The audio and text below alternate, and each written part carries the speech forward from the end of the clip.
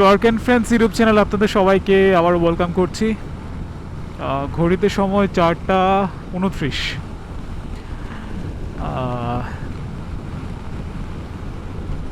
আমার বন্ধু তুহিন, জানি না ওর কী হয়েছে, কিছু বলতেছে না।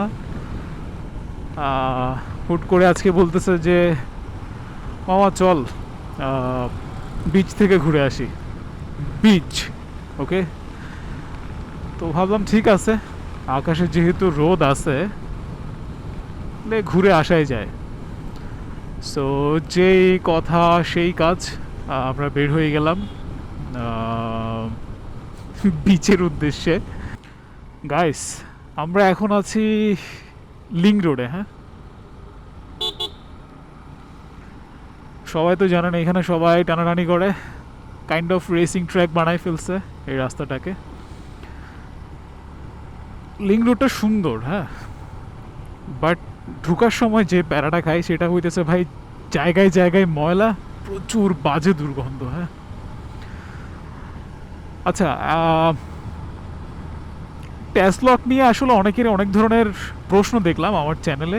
আমার যে কয়েকটা ভিডিও আছে ওখানে অনেকেই আসলে প্রশ্ন করতেছে। হ্যাঁ, তো কয়েকটা প্রশ্ন এরকমও আসছে যে আমি যদি জিপিএস ট্র্যাকারটা বাদে জাস্ট ট্যাসলকটা লাগাই সেই ক্ষেত্রে বাইকের কোনো ইস্যু হবে কিনা।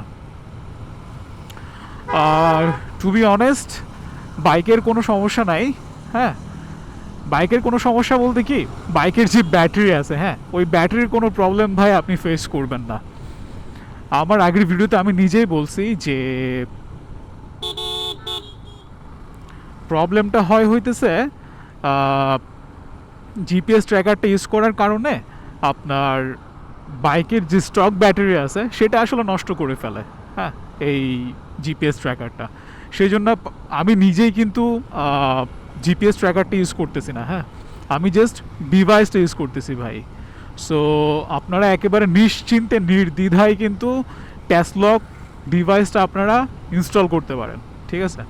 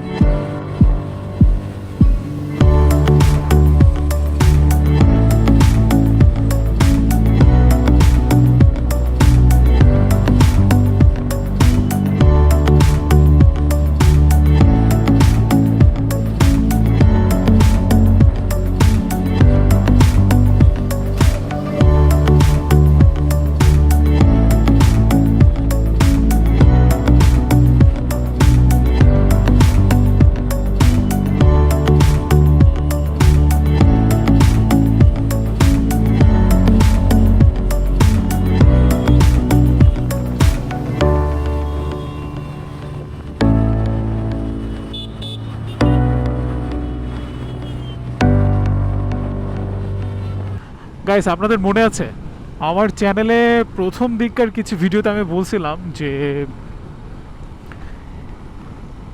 এই মেরিন ড্রাইভ দিয়ে আমি আসব। একবার আসছিলাম রাতে, তখন তো দেখাইতে পারি নাই, বাট এইবার দেখেন ভাই কি সুন্দর রাস্তা। ওই পাশে হইতেছে বিচ। আমরা যেহেতু বিচের দিকে যাইতেছি এই জন্য আসলে দেখা যাইতেছে না, কারণ আমরা ওই রোডে থাকলে একদম হাতের কাছে কিন্তু বিচটা দেখতে পারতাম। দেখছেন, দেখেন অনেকেই চিন্তা করেন যে ট্যাসলকের ন্যাক্স এলিট প্যাকেজটা কিনবেন কিংবা কম্বো ভার্সনগুলো লাগাবেন। ভাই, আপনার বাইকের ব্যাটারি নিয়ে যদি আপনার কোনো ধরনের চিন্তা থাকে তাহলে আপনাদের জন্য বলতেছি জিপিএস ট্র্যাকার লাগানোটা আপাতত বন্ধ রাখেন। এটা আপনার ব্যাটারির জন্যই ভাই ভালো। সিরিয়াসলি আমি আমার এক্সপিরিয়েন্স থেকে বলতেছি। এখন অনেকের হয়তো কপাল ভালো, তারা হয়তো জিপিএস ট্র্যাকার লাগায়ও কিন্তু ভালো সার্ভিস পাইতেছে, বাট আমার ক্ষেত্রে টোটাল এর উল্টোটাই ঘটছে।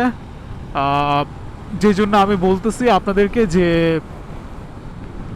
জিপিএস ট্র্যাকারটা আপাতত লাগায়েন না, ঠিক আছে।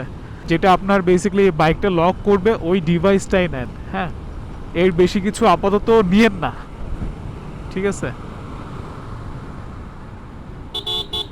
কারণ এই জিপিএস ট্র্যাকারটা যদি আপনি না নেন, সেই ক্ষেত্রে কিন্তু আপনার বেশ ভালো কিছু টাকা কিন্তু সাশ্রয়ী হবে। ঠিক আছে গাইস, আমার ব্রেক লিভারটা দেখেন। হ্যাঁ, আমি যখন আমার ফ্রন্ট ব্রেকটা চাপবো, দেখেন আমার কতটুকু লিভারটা টানা লাগে। হ্যাঁ, জাস্ট একটাবার দেখেন, দেখছেন কতটুকু টানা লাগতেছে। সো এখন এটা নিয়ে কথা বলবো। হ্যাঁ, রাস্তার মাঝখানে মাঝখানে গর্ত। আচ্ছা, আপনার এই ব্রেক লিভারটা যখন এতটুকু টানা লাগতেছে, মানে প্রয়োজনের তুলনায় বেশি টানা লাগতেছে, তার মানে কি আপনার ব্রেক লিভারের যে প্রেশার, ওই প্রেশারটা আসলে কমে গেছে। দ্যাট মিন্স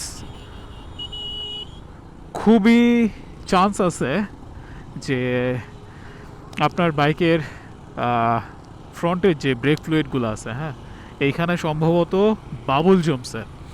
আর বাবল না জমলেও যেটা হয়েছে সেটা হইতেছে এটার আয়ুষ্কাল প্রায় ফুরাই গেছে। ঠিক আছে, সো আমার বাইকটা কিন্তু আমি অলমোস্ট কত চালাইলাম, 20,000 না, 21,762। হ্যাঁ, সো এখন এই 21,762 যে চালাইলাম, এর মাঝখানে আমার বেশ কয়েকবার কিন্তু ব্রেক ফ্লুইড টুকটাক রিফিল করা লাগছে। হ্যাঁ, এই ধরনের প্রেশার যখন কমে যায় আপনার বাইকের ব্রেকের, যখন প্রেশারটা কমে আসতেছে, তার মানে কি, তার মানে হইতেছে আপনার যথাসম্ভব আপনার বাইকের ব্রেক ফ্লুইডটা আপনি চেঞ্জ করে নেন। ঠিক আছে, বাবল জমছে, সম্ভব হলে পুরোটাই ফেলে দেন, তারপর রিফিল করেন, আর নাইলে কমে গেলে জাস্ট রিফিল করে নেন।